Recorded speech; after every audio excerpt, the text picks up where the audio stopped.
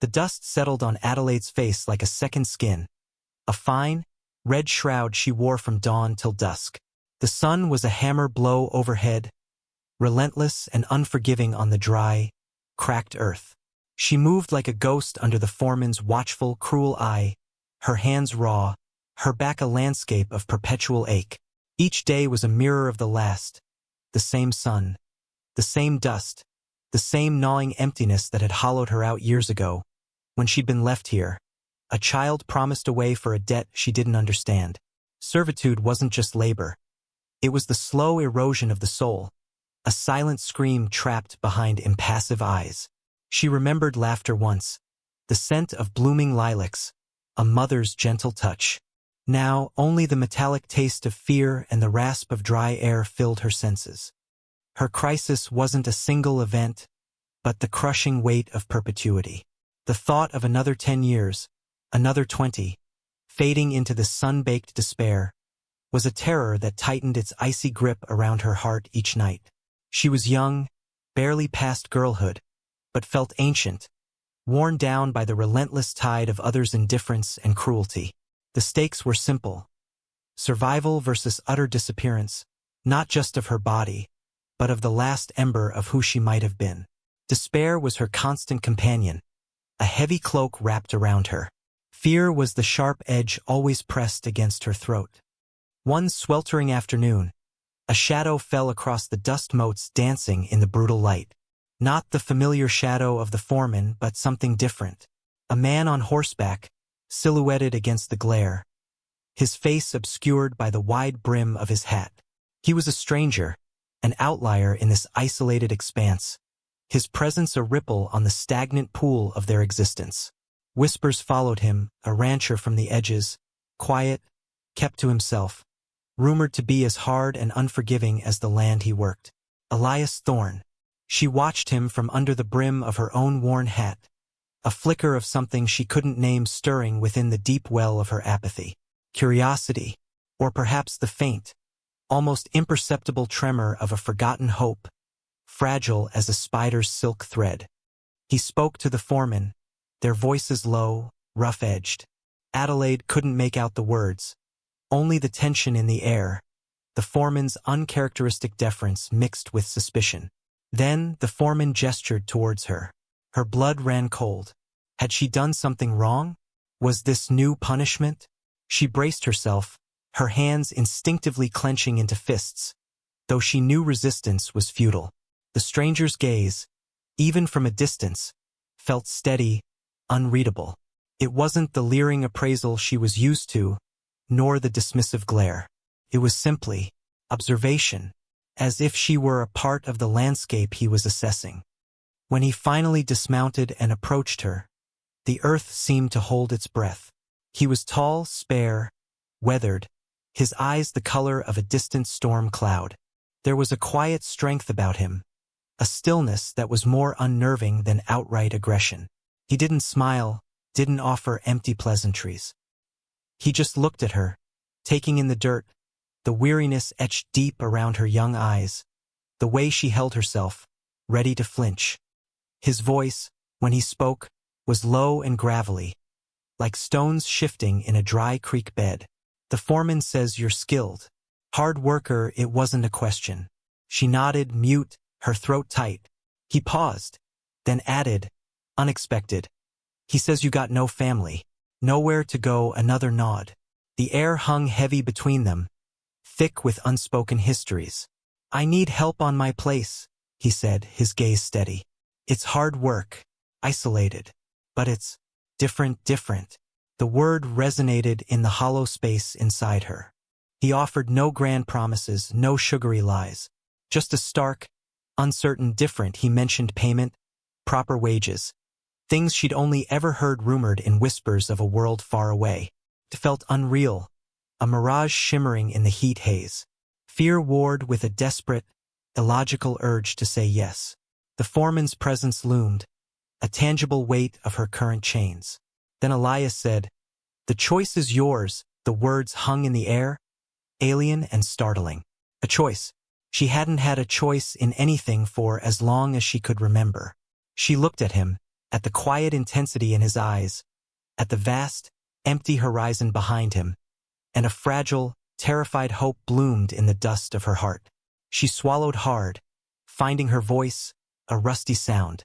"Yes," she whispered. "I'll go."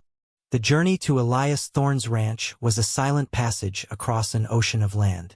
Adelaide rode beside him, perched precariously on the back of a packhorse, her few meager possessions tied in a bundle behind her. The sun beat down with the same ferocity. The dust billowed behind them, but something was subtly different.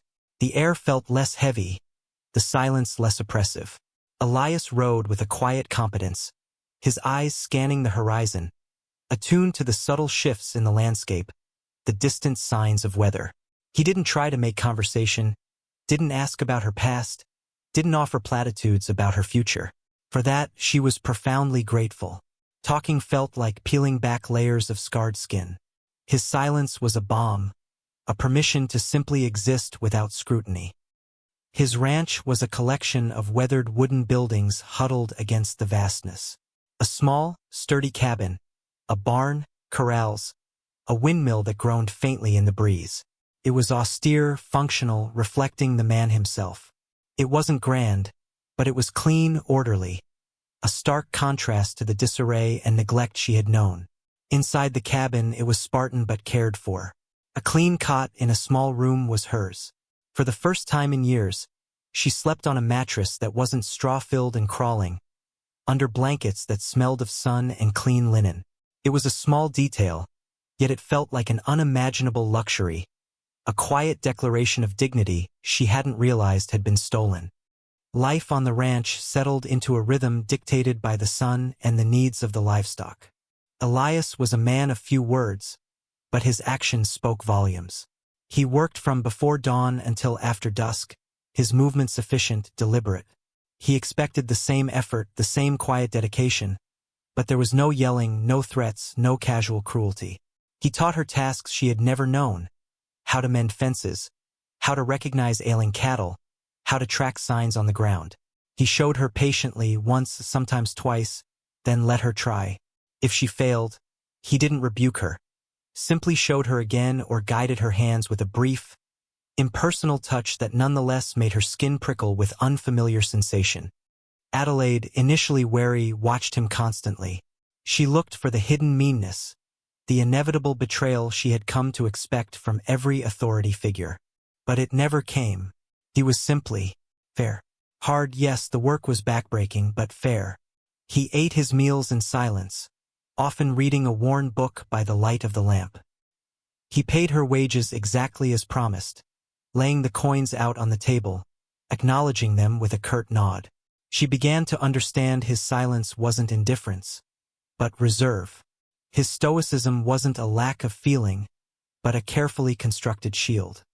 Slowly, tentatively, Adelaide began to open up, not through words, but through her presence. She started tending a small patch of ground near the cabin, coaxing reluctant vegetables from the arid soil. She mended his worn shirts with careful stitches. She didn't feel like a servant anymore, but a helper, a partner in the endless task of keeping the ranch running. One evening, as they ate their quiet meal, a question slipped out before she could stop it. "Do you ever get lonely, Mr. Thorne?" He paused, fork halfway to his mouth, his storm cloud eyes meeting hers. The silence stretched, and she regretted asking, bracing for a sharp retort or a dismissive grunt. But instead, he simply looked out the window at the darkening sky, a flicker of something unreadable crossing his face. "The land is company enough," he finally said, his voice low. It wasn't a complete answer, but it was more than she expected. In that moment, observing him, she felt a tentative connection form, fragile as the first green shoots pushing through the dry earth. The ranch was harsh, isolated, but for the first time, Adelaide didn't feel utterly alone. She felt watched, yes, but not judged. Protected, perhaps, in a quiet, unspoken way. The fragile peace of the ranch was shattered by a harsh reality of the frontier rustlers. Word traveled slowly in this isolation, but it reached Elias eventually, brought by a rider pushing a lathered horse. They were moving through the territory, bold and ruthless, hitting isolated ranches. A knot of fear tightened in Adelaide's stomach. She had known only personal vulnerability, the threat of human cruelty. But this was different, a threat to the very foundation of this tenuous new life. Elias became even more withdrawn, his jaw set, his eyes constantly scanning the horizons. He checked his rifle repeatedly, fortified the corrals as best he could. The air crackled with unspoken tension. Adelaide watched him, no longer with wary suspicion, but with a growing sense of shared responsibility. This ranch, this quiet life, had become hers too, in a way she hadn't anticipated. It wasn't just a place of refuge. It was becoming a home, built on the bedrock of quiet respect and necessity. She found herself anticipating his needs, moving with a purpose that wasn't born of servitude but of a fierce desire to protect what they had built. She learned to load the rifle, though the weight of it felt alien and heavy in her hands. Elias showed her, his movements economical, his voice a low murmur giving instructions. He didn't suggest she hide, didn't dismiss her. He simply included her in the grim preparations. It was another quiet acknowledgement, a sign that he saw her not as a burden or a fragile thing to be shielded, but as capable as part of the team. The rustlers came under the cover of a moonless night. The first sign was the restless lowing of the cattle, a sound that jerked them both awake. Elias moved silently, rifle in hand. Adelaide followed, armed with a lantern and a sharpened shovel, the only weapon she felt she could wield effectively. The darkness was absolute, the air thick with the scent of dust and fear. Voices, rough and unfamiliar, echoed from the corrals. Elias melted into the shadows near the barn, a silent sentinel. Adelaide positioned herself near the cabin, heart pounding against her ribs like a trapped bird. The confrontation was swift and brutal. Shots rang out, sharp cracks that tore through the night. Shouts, the panicked bellows of cattle. Adelaide, fueled by a surge of primal fear and a fierce protectiveness she hadn't known she possessed, didn't freeze. She used the lantern, not as a light source, but as a weapon, swinging it wildly as figures moved in the periphery, creating disorienting flashes that hopefully aided Elias. She screamed, not in terror, but in a guttural defiance, adding to the chaos, making their numbers seem larger than they were. She heard Elias shout, then a grunt of pain. Adrenaline surged. Without conscious thought, she ran towards the sound, swinging the heavy shovel. She connected with something solid, heard a cry of pain, and stumbled back. The rustlers, perhaps unnerved by the unexpected resistance, the darkness, and the uncertainty of Elias's position, eventually retreated, melting back into the night, taking only a few head of cattle. Silence descended, broken only by the trembling of the wind and the lowing of the remaining herd. Adelaide dropped the shovel, her hands shaking uncontrollably. She found Elias leaning against the barn wall, clutching his arm, blood seeping between his fingers. "Mr. Thorne!" she cried, rushing to his side. His face was pale, grim. "Just a graze," he ground out, though it looked more than that. Back in the cabin, by lamplight, she cleaned and bandaged his wound with shaking hands. He watched her, his gaze steady despite the pain. There was no need for words. In the shared danger, in the adrenaline-fueled defense of their home, something profound had shifted. The barrier of reserve between them had thinned, not broken, but softened. He had seen her courage, her unexpected ferocity. She had seen his vulnerability, the human beneath the stoic exterior. In the quiet days that followed, patching fences and tending to the rattled herd, a new dynamic settled between them. The silence wasn't empty anymore. It was companionable, filled with shared understanding. Adelaide moved about the ranch with a newfound confidence. She had faced down fear, not just the internal, soul-crushing kind, but a tangible, external threat, and had not broken. She had contributed, had fought for this place that was now irrevocably hers as much as his. Elias's arm healed slowly. During that time, Adelaide took on more of the physical work without being asked. She didn't feel put upon. She felt capable. One evening, sitting on the porch as the sun dipped below the horizon, painting the sky in hues of orange and purple. Elias spoke, his voice quiet. "You did well, Adelaide." That night it was high praise from him. She simply nodded, a warmth spreading through her chest. It's a good place," she said, the words simple but carrying the weight of her journey. He looked at her, a hint of something akin to a smile touching the corners of his mouth before it vanished. "It is," he agreed. Her past servitude felt like a nightmare from another lifetime. The dusty, broken girl, a faded photograph. She still carried the scars, the quiet wariness, but they no longer defined her. She was Adelaide, the woman who helped run the Thorn Ranch, who could calm a skittish horse, who knew the signs of a coming storm, who had stood her ground against men with guns. She had come seeking refuge, a temporary shelter from a life of despair. She had found something far more enduring, a sense of purpose, a quiet strength within herself, and a bond with another soul forged in shared silence and hardship. The ranch remained harsh, the land unforgiving, but it was no longer a place of mere survival. It was a place of life, of quiet growth, of resilience. Adelaide was no longer the broken girl rescued. She was a vital part of this remote world, its heart and soul, standing tall against the vast horizon, looking not back at the dust she'd left behind, but forward to the promise of another sunrise.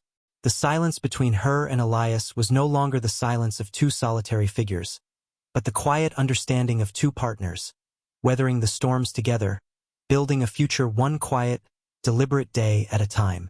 She had found her home, not in a place, but in the dignity of her own strength and the quiet acceptance of another.